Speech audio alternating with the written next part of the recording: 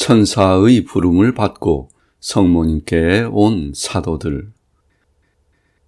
성모 마리아는 세상을 떠나기 전 그녀의 하느님이시자 아들이며 구속주 되시는 그분과의 재회가 다가오고 있음을 느끼시고 예수님께서 승천하시기 하루 전날 베타니아에 있는 라사로의 집에서 약속하신 일이 이루어지기를 기도했습니다.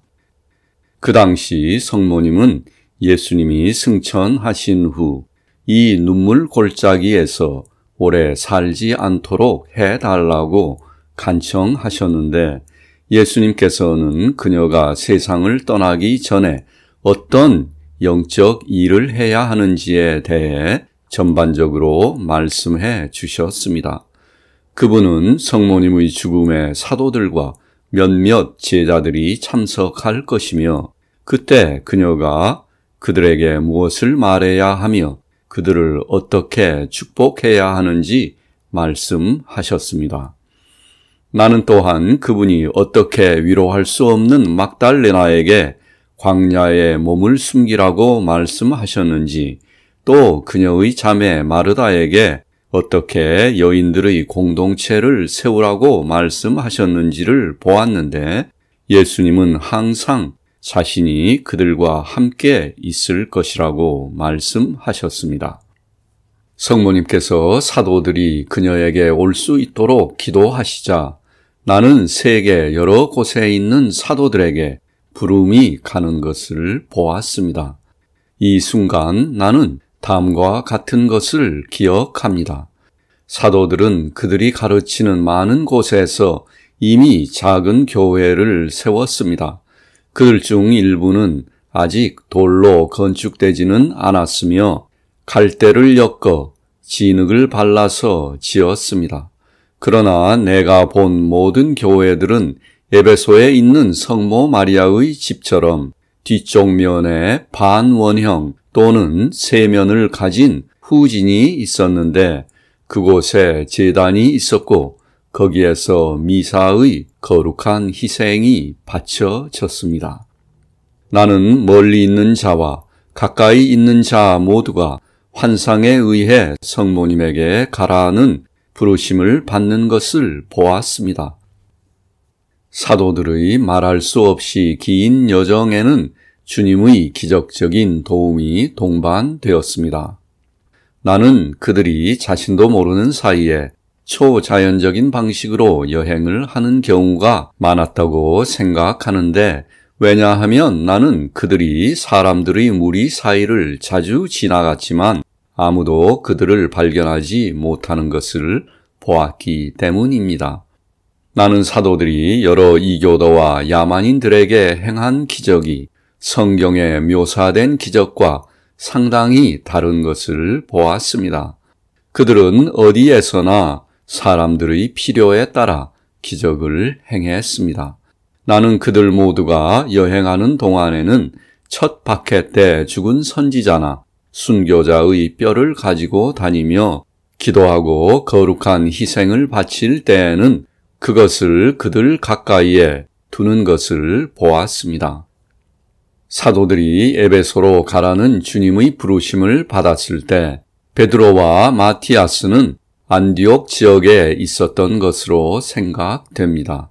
핍박을 받고 예루살렘을 떠난 안드레도 그에게서 멀지 않은 곳에 있었습니다. 밤에 나는 베드로와 안드레가 여행 중에 서로 다른 곳에서 잠을 자는 것을 보았지만 서로 멀지 않은 곳에 있는 것을 보았습니다. 그들은 둘 다 도시에 있지 않고 이 더운 나라의 길가에 있는 공공 대피소에서 휴식을 취하고 있었습니다. 베드로는 벽에 기대어 누워 있었는데 나는 빛나는 소년이 다가와 그의 손을 잡고 일으킨 후 성모 마리아에게 빨리 가야 하며 가는 길에 안드레를 만날 것이라고 말하는 것을 보았습니다. 나는 이미 나이 들고 고생을 많이 해서 몸이 무거운 베드로가 무릎을 꿇고 손을 얹고 앉아서 천사의 말을 듣는 것을 보았습니다. 그가 일어나서 망토를 두르고 허리띠를 메고 지팡이를 잡고 출발하자 환상은 사라졌습니다. 그는 곧 같은 환상으로 부름을 받은 안드레와 만났고 나중에 그들은 같은 메시지를 받은 타데우스를 만났습니다. 그리하여 세 사람은 모두 마리아의 집에 와서 요한을 만났습니다.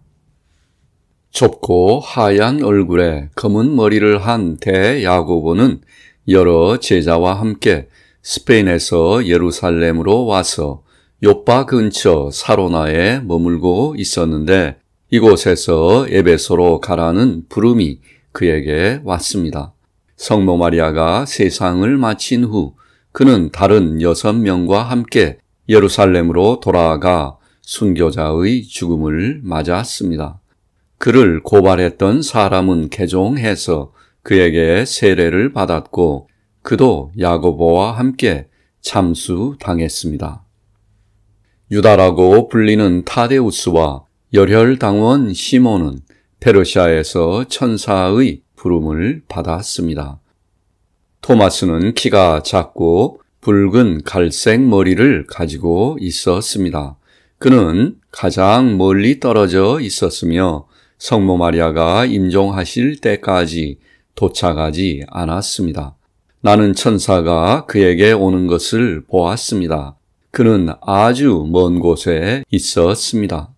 천사가 그에게 에베소로 가라고 했을 때 그는 도시에 있지 않고 갈대 오두막에서 기도하고 있었습니다. 나는 그가 혼자서 아주 단순한 마음의 하인과 함께 작은 배를 타고 넓은 물을 건너 어떤 도시도 건드리지 않고 나라를 가로질러 여행하는 것을 보았습니다. 그는 한 제자만 동반하고 있었습니다. 그는 이 천사의 경고를 받았을 때 인도에 있었습니다. 하지만 그는 소식을 받기 전에 이미 더 북쪽으로 타르타리아로 가기로 결정했었는데 이 계획을 포기해야 할지 마음을 정할 수 없었습니다. 그는 항상 너무 많은 일을 하려고 했는데 이 때문에 그는 자주 늦게 오곤 했습니다. 그래서 그는 더 멀리 북쪽으로 중국을 지나 지금의 러시아가 있는 곳으로 갔는데 그곳에서 두 번째 부름을 받고서 서둘러 에베소로 갔습니다. 그와 함께 있던 종은 그가 세례를 준 타르타르인이었는데 이 사람은 이후의 사건에서 어떤 역할을 했지만 나는 그것이 무엇인지 잊어버렸습니다. 토마스는 성모 마리아의 죽음 이후 타르타리아로 돌아가지 않았고 인도에서 창에 찔려 순교했습니다. 나는 그가 그 나라에서 반석을 놓고 그 위에서 무릎을 꿇고 기도하자 돌 위에 그의 무릎 자국이 새겨지는 것을 보았습니다.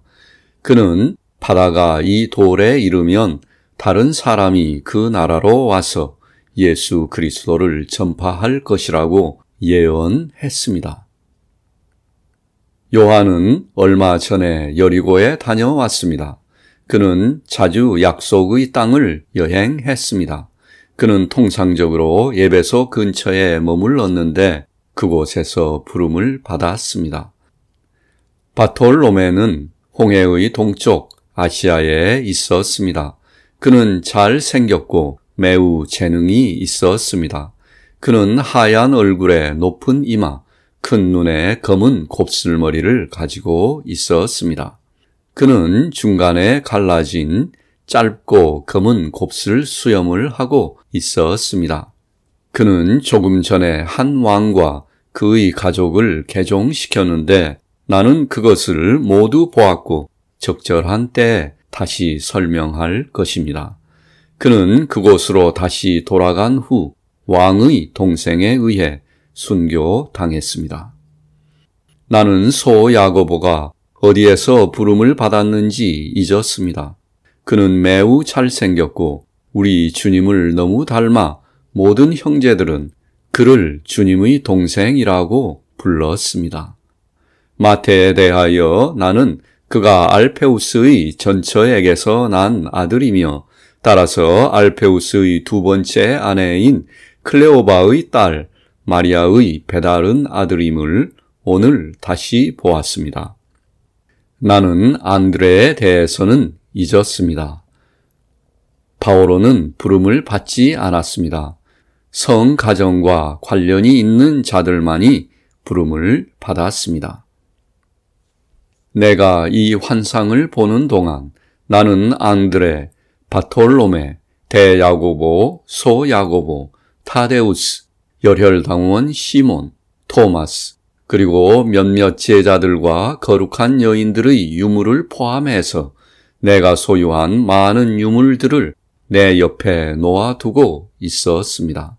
이들 모두는 다른 이들보다 더 명확하고 뚜렷하게 순서대로 나에게 와서 내가 본 환상 속으로 들어갔습니다. 나는 토마스가 다른 사도들처럼 나에게 오는 것을 보았습니다. 하지만 그는 성모 마리아의 죽음에 관한 환상에는 오지 않았습니다. 그는 멀리 있었고 너무 늦게 왔습니다. 그는 12사도 중 나타나지 않은 유일한 사도였습니다. 나는 그가 아직도 멀리서 오고 있는 것을 보았습니다.